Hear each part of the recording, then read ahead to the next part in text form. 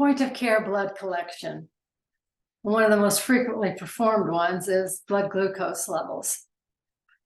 So I want to talk to you about the old method versus VAT's gravity method. VAT applied science to this procedure and it changed it for the better. So whether we're talking about infant heel stick or we're talking about finger sticks. But here I have an example of a resident in a nursing home where a finger stick blood draw was performed.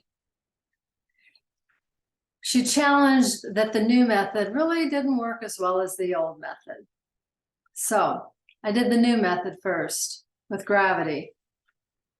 Pointed the finger down, allowed gravity to bring blood to the tip. Pricked it and literally watched a nice, beautiful drip and then tube form and took the sample from that. And the result was 221 milligrams per deciliter. Then we flipped the finger over, cleaned it. And since gravity pointed up and held the pad up, gravity was no longer bringing blood to the tip. So now, when pricked and had to squeeze to get the blood up, the new result was 285 milligrams per deciliter. 64-point difference. Same patient, same finger, same sample of blood.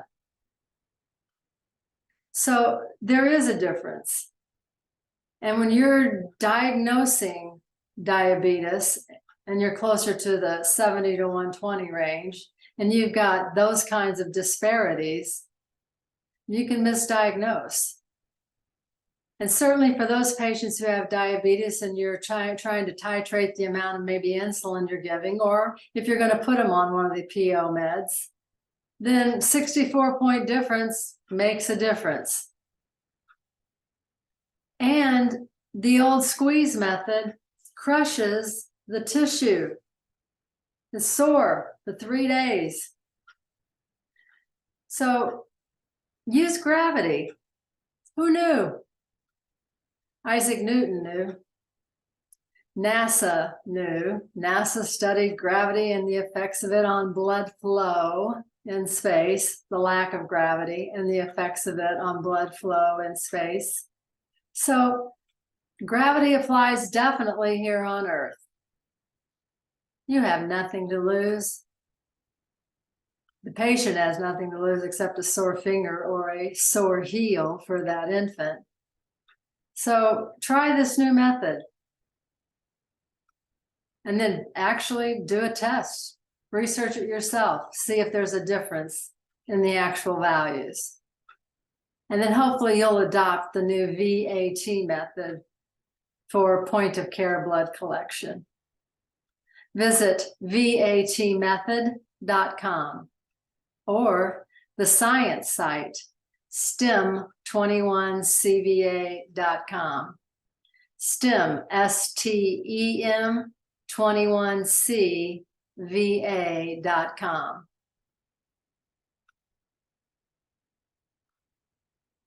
Hi, I'm Gail from the Nurses Station, and I'm going to do a really short tutorial on the infant heel stick. This will not be in the medical and scientific detail that we train workers in, but this is for moms. Here's what you need to know.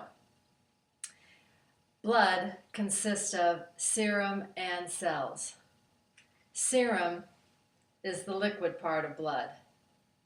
Cells are the solid part. These cells are normally floating in this serum, but the majority of tests are done on the serum. And when they do your infant heel stick, they're going to collect blood in a little container, and it's going to do the same. They're going to put it in a centrifuge when they've drawn it, and it's going to end up separating the serum from the cells, and they're going to be testing the serum. Well, here's what happens during an infant heel stick. They lay your infant on the back, on its back, and they put its little foot up in the air. Here's the first thing we need to know. There's an Achilles tendon. Tendons are white, no blood in them, so they can't stick anywhere in the center of that heel. They need to be on the sides of the pad, but on the sides, not over that tendon. They stretch it really tight.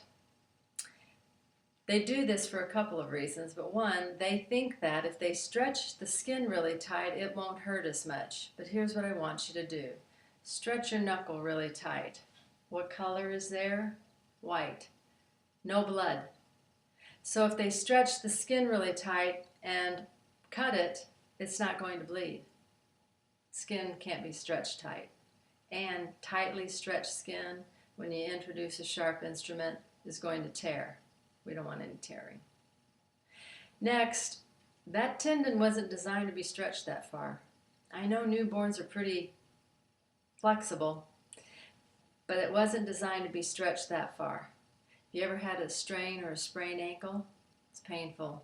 It is for the infant as well. And I know of 2 cases where the Achilles tendon was torn from the bone as they overstretched. Second, third, wherever we're at in this process, foot is pointed up. Where does gravity take everything? Down. So the blood is not any longer in the heel. It's lower than that. So they stretch the foot, pinch the foot back to its shin, stretch the skin. They come in with a little cutting device.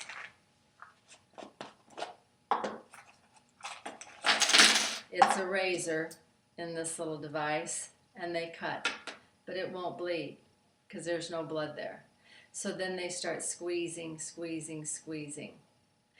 All that squeezing causes a crush injury of the tissues. That's painful. Takes a while to heal. All that squeezing crushes the red blood cells. Red blood cells. In the serum is, let's say, glucose. We're going to test it for glucose. Well, every cell contains glucose. So when they're squeezing and they're crushing those red blood cells, the red blood cell splits and dumps its little cellular guts out into the serum. Now we have falsely elevated values of everything they're going to test that serum for. So, no crushing, no squeezing, no stretching. Those are just a few of the problems and the injuries that are caused with this method. How do you want them to do your baby's infant heel stick? Hold the baby. Support all the tendons. No stretching anything. Foot must be in the down position. Gravity will now take blood to the heel. They clean it on the side. They cut it. It will literally start to drip. No need to squeeze. Sample will be accurate. They will get plenty of sample. And baby won't have a crush injury or a tear or a strain, sprain, or tear. That's the new 21 POC technique for collecting an infant heel stick. POC, point of care. So 21 POC, 21st century point of care technique for collecting an infant heel stick blood specimen. Thanks.